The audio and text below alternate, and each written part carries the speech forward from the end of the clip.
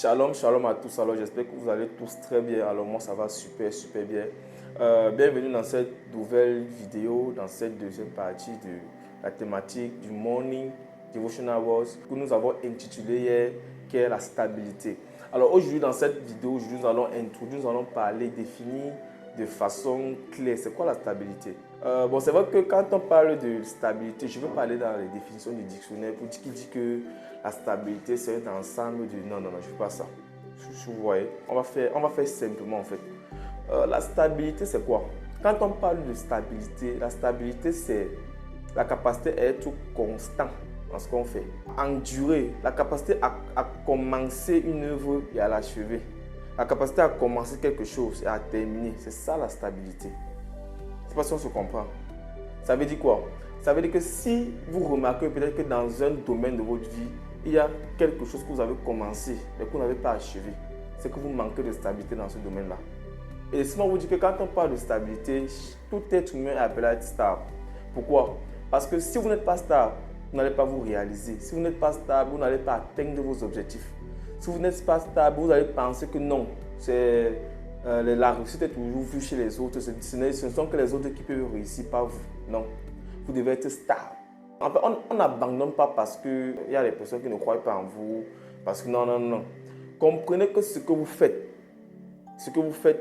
c'est vous, votre propre moteur. Je ne sais pas si vous suivez.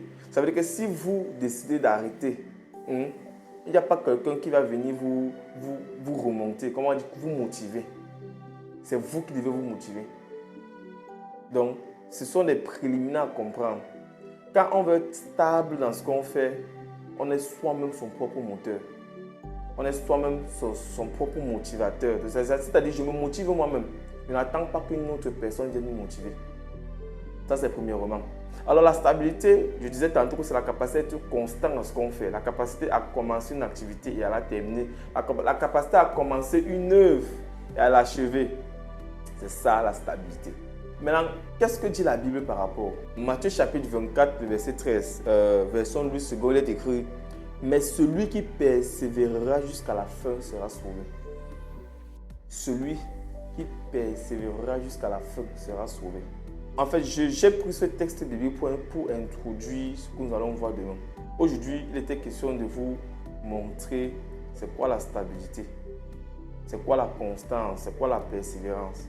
Et par ce texte biblique, on va mieux l'expliquer demain pour que vous compreniez c'est quoi persévérer.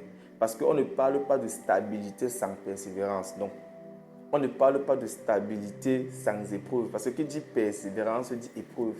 Qui dit persévérance dit obstacle. Qui dit persévérance dit échec. Qui dit persévérance dit un ensemble de choses qui peuvent être négatives, mais qui sont utiles. Je ne sais pas si vous comprenez. Donc, aujourd'hui, on va s'arrêter à ce niveau.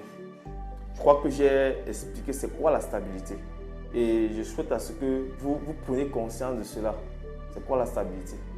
Et je prie que Dieu vraiment vous donne la capacité à être stable dans ce que vous faites.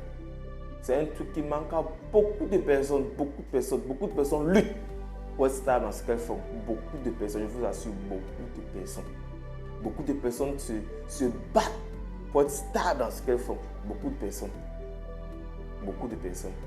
Alors, je vais vous dire merci d'avoir écouté cette vidéo jusqu'ici. Et on se revoit demain pour une autre partie de la vidéo. Shalom, que Dieu vous bénisse.